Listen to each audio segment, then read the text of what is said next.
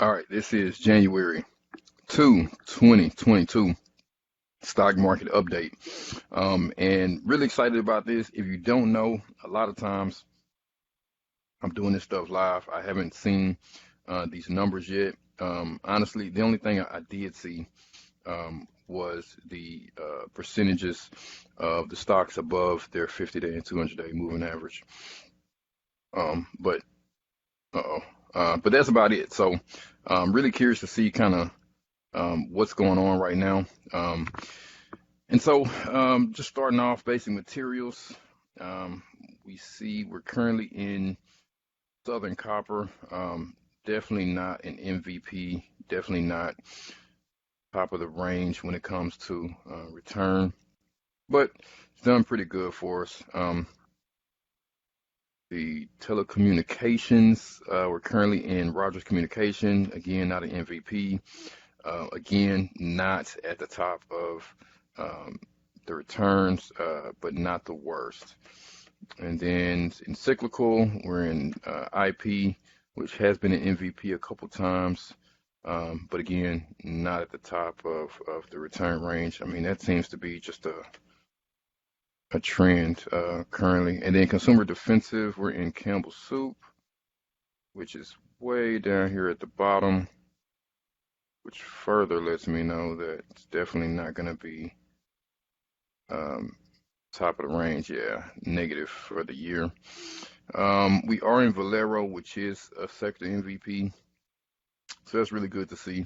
Um, and the return is about average for the sector, maybe a little above average if I actually took the average for all these guys. And then in financial services, we are in Regions Financial, which the MVP scores are really spread out amongst the category.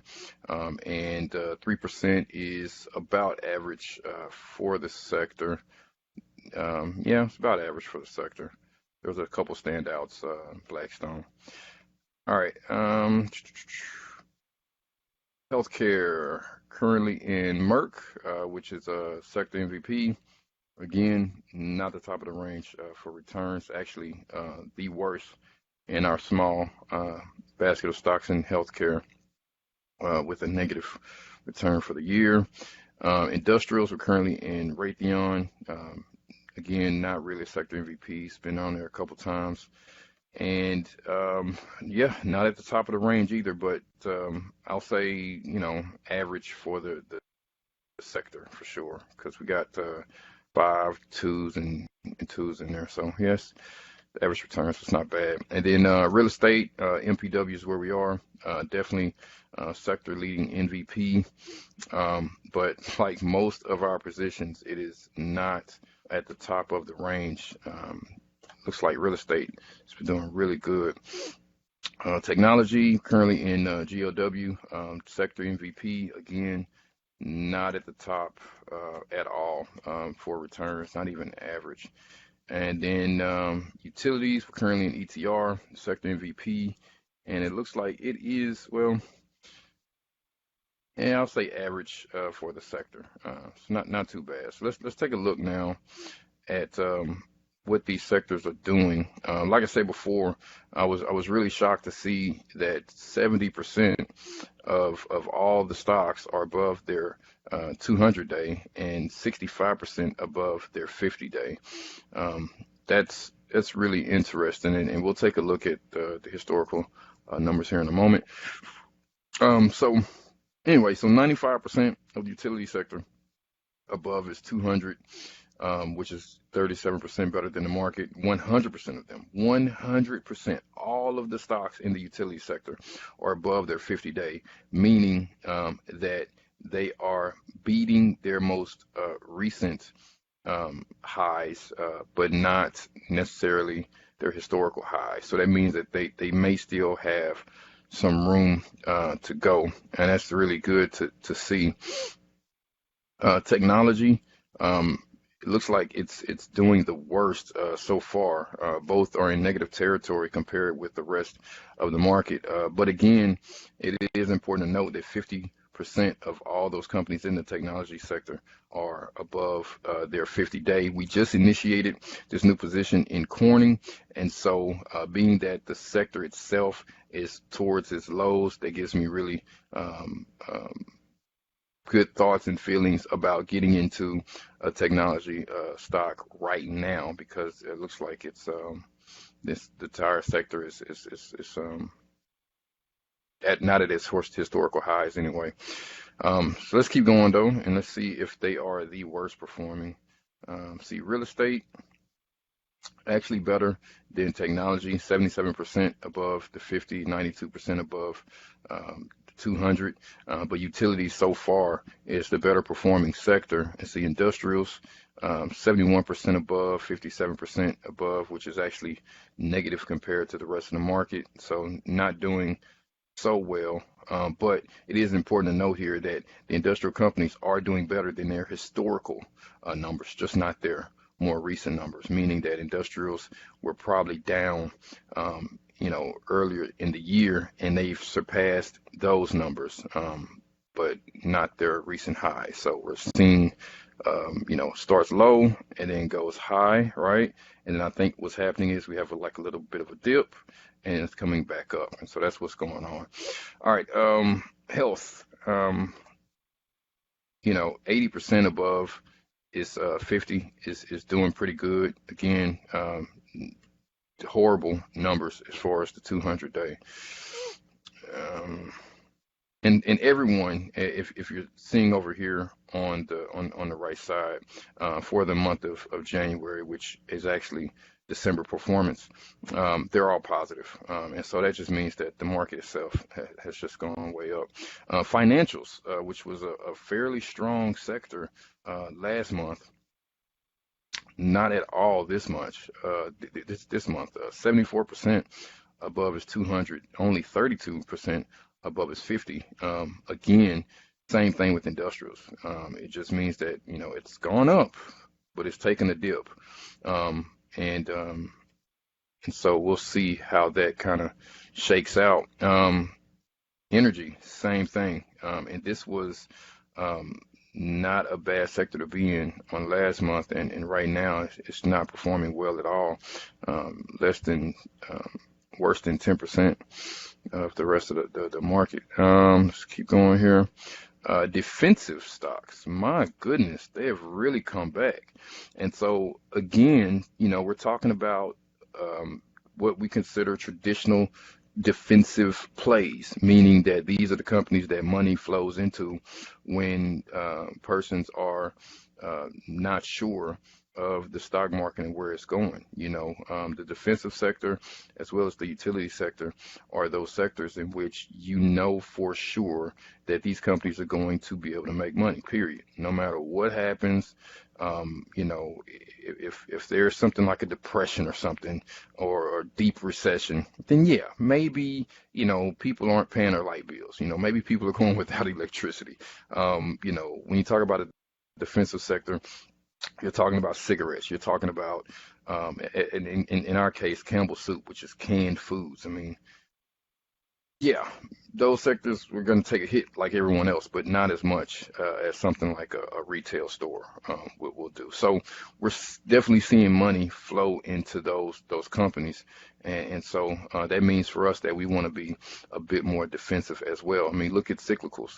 These are your retail stores. These are the things that have these high and low moments, right? Where maybe they make a lot of money one part of the year and not so much the other year. 46% worse than the rest of the market as far as 200-day. But it is important to note that 95% of these companies are above their 50-day. So again, that simply means that, they saw a downtrend, right? And now they are coming up a bit, right? So it started here high, came down, and now it's starting to inch up. And so hopefully we'll see this inch up more after the Christmas reports come out, which we'll see some at the end of January. I don't know. Honestly, I haven't celebrated Christmas in some time, so Even though, I'm out in public and stuff like that, I personally didn't witness a lot of Christmas buying. I know that a lot of it is going online, and so I'm sure that's part of it. But I mean, when's the last time you heard about a stampede on Black Friday? When's the last time you heard about empty shelves because people have just bought everything? When's the last time you heard about a toy selling out and parents can't get this certain toy? I mean, I haven't heard stories like that in a while, and so I don't expect that the Christmas holidays are going to be great for these retailers. But again, we'll have to wait and see. I'm sure there's been a few that has reported so far, but I haven't heard anything. All right. And then telecommunications, all of them are above their 50-day, but only 40% above their 200. So again, we're talking about a downtrend, and now we're starting to inch up some.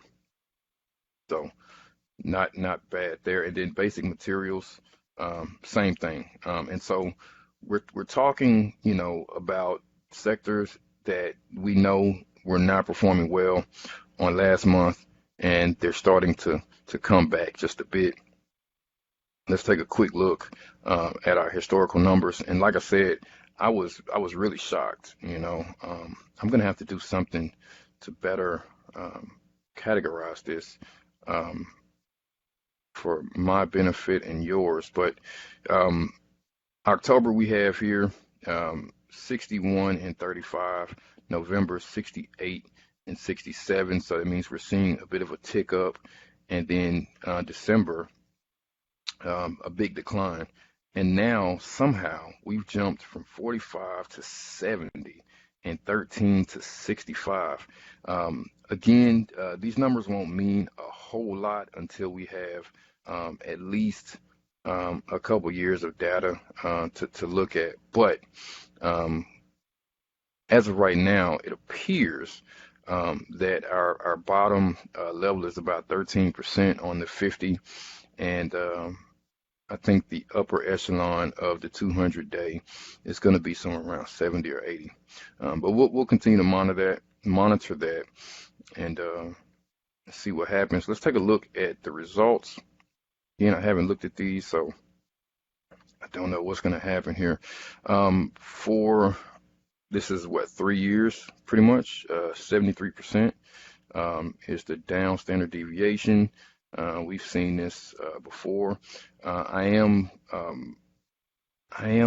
really shocked to see these M-score portfolios at the top of um, at the top of the results here. And the only thing I can think of is that this is just more of that defensive posturing, right? Because the management score has to do with exactly that, how well a company is being managed, and then the biggest piece of that score has to do with how much cash is actually on the books. Now, I've talked in a few videos now, because it's been months, and I finally changed the matter of fact, let me pull it up because I'm supposed to do that and I didn't. Let's see if I can find it. Here we go. And update that. All right, so is this blown up? And I just thought about something. Wonder why. Oh, it's still calculating. That's why. Okay, this is going to take a second to update. Um, while that's going on, let's go ahead and finish going through these. All right, so again, down moves is kind of where we are. This down standard deviation are just those, that down move portfolio with even more defense thrown in, because these companies, the price doesn't move around much at all. A lot like what we're seeing with Rogers Communication. The price just doesn't move around a whole lot, which means you don't lose a lot of money, but you also don't make a lot of money. In this case, over the last 3 years, 73% is about 25% a year, 20% a year. All right, so let's look now Uh, last 12 months. Oh, this is crazy. Standard deviation has just went through the roof. We haven't seen standard deviation at the top of the results list. I don't know if ever. So definitely want to take a look at that portfolio. And of course, we saw up moves. Um, Last month was at the top, and then we have the betas, of course, which again goes right back to defense. And it is interesting because, right now we're January 22, meaning that this trailing 12 months is January 21. And so January 21 was for sure after the COVID low. And I want to say, I'll have to go back and look, but I think February, March of 21 was when we saw that huge increase in stock market value from those COVID lows, if not before. So it's almost as if, because in that situation, you think that the portfolios that perform the best are going to be those alphas, those returns, right? Those companies that perform really well when the market is performing well. But that's just not the case. I mean, we do see that basically all of the beta portfolios do have return and alpha thrown in for sure. But then you also have these M scores um, in here as well. And then even the down stuff is kind of just all over the top, right? Standard deviation is interesting. So let's take a quick look at standard deviation. Let's just see what's in there.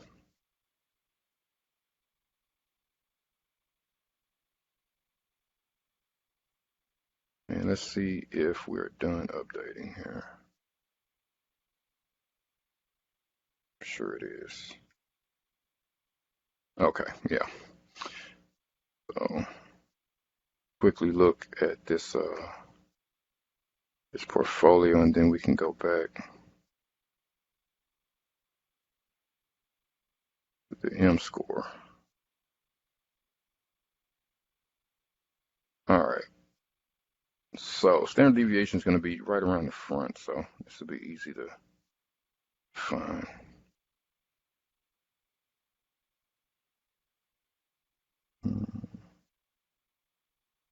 All right, here we go. So, let's see, Tullis, RY was a Canadian bank, Coca-Cola. I don't know anything about FTS. Let's see, IBM. We've seen before, IBM is very defensive. Pfizer, which has definitely been a winner, no question about it. COVID winner for sure. General Parts, that's going to be the auto parts again, big winner, 86 to 140, almost out of the range for us to even invest. Energy, I know ENB, but I can't call the name right now. But yeah, I know the company. They done okay. Annaly, huge dividend. This is one of our orphan stocks. I think the dividend right now is like 11%. But that one has actually jumped a whole dollar. So, man, just think about it. Like, if you were to purchase this thing, $600 buys you 100 shares, right?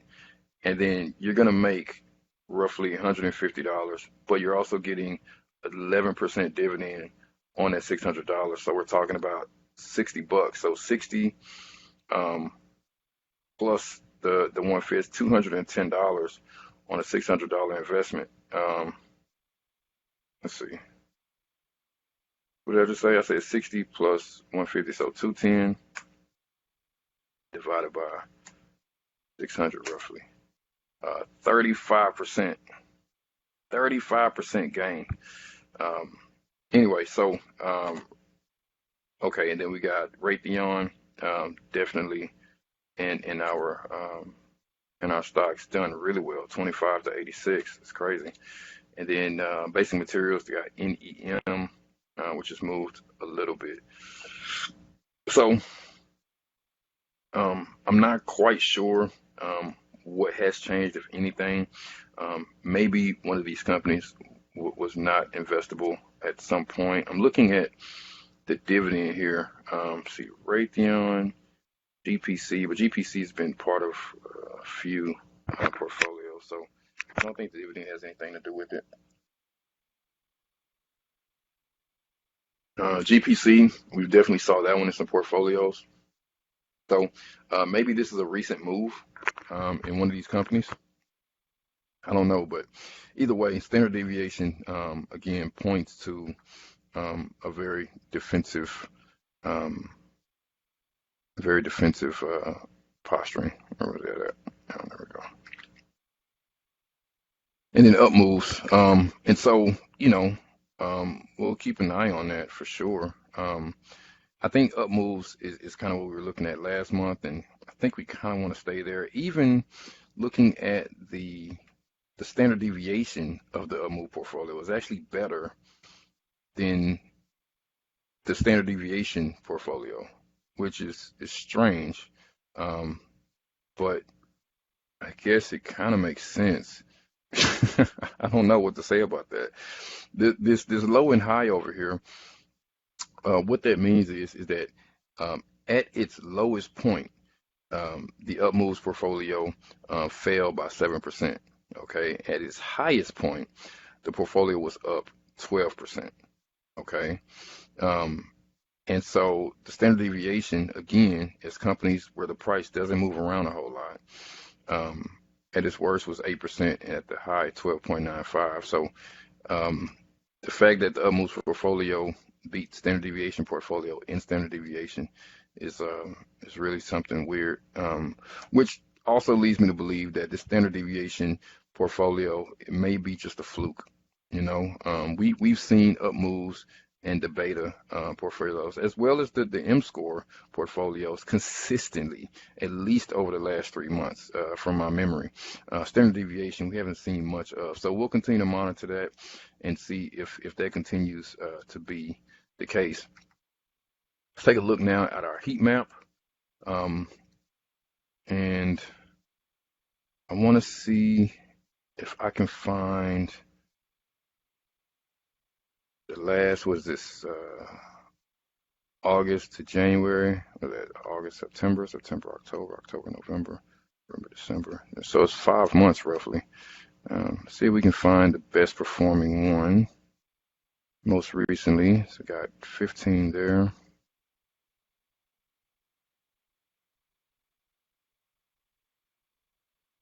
It'll be fairly quick. 4, 6, and yeah, only 11.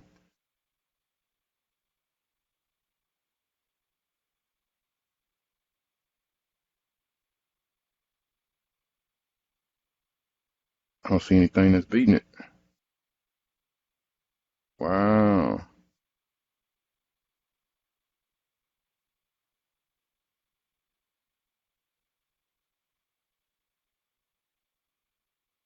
And I think maybe that was the standard deviation portfolio. Go back. Yeah, there's nothing that's coming close. And maybe I want to call this an outlier, but let's see, that is nope, up moves. All right, so there we go. So again, just more confirmation that the up moves portfolio it's what's really performing. Take a look at that one. I don't think I passed it yet. Maybe I did.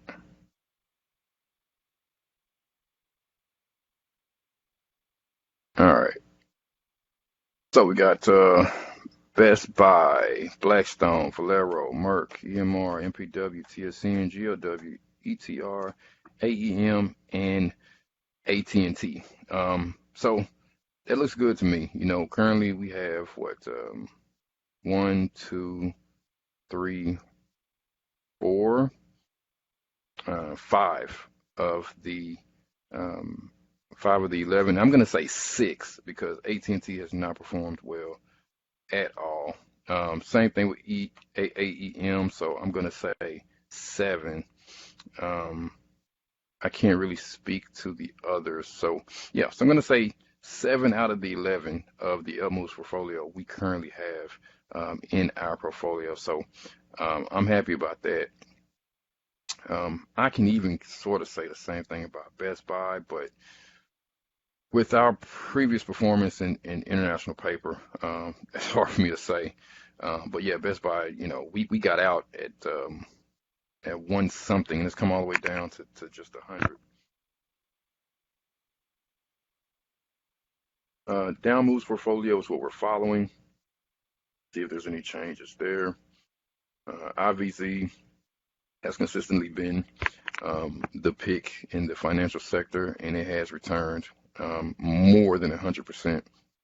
But again, though, this is over um, purchase price. I have to go back and look, but I believe the purchase price was 2020. I'll look at that again. All right. NWL, that hasn't changed. CH hasn't changed. Macarich hasn't changed. IP hasn't changed. GLW, seen that one. EMN, ETR, and then again AT&T keeps finding its way into these portfolios, but has definitely not performed well at all. So, with that being said, we do have to take a look at our MPW position, and just to refresh my memory, MPW does show up in the up moves portfolio, not the down moves. Be kind of cool to get back into Macarich. It is a legacy holding as well as an orphan stock at the moment. So kind of getting back into that one I think would be kind of cool. And then again, the standard deviation, I'll definitely look at that as just something, right? It's just as far as a score, but as far as portfolios go, I think the up moves and down moves portfolio is kind of where we want to stay. I definitely will pay attention to the beta scores as well. That is part of the reason why we got into to GLW was because of that beta. So anyway, so that's it for 2022. Again, it appears that the utility sector is really killing it right now, along with the defensive sector, which points to, money going away from growth and high return and more towards stable, dividend paying, not going anywhere stocks, which is good for us because that's exactly the companies that we're in. So real estate and utilities. And then as far as the worst performing, right now it looks like technology 76 and 23.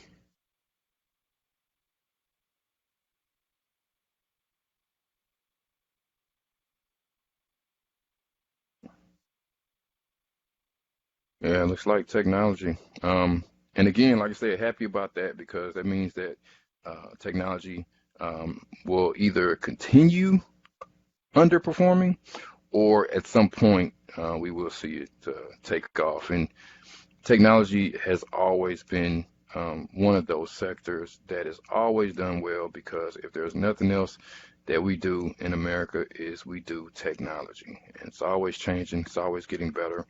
Right now, there's a lot of concerns about supply and chips and all these things.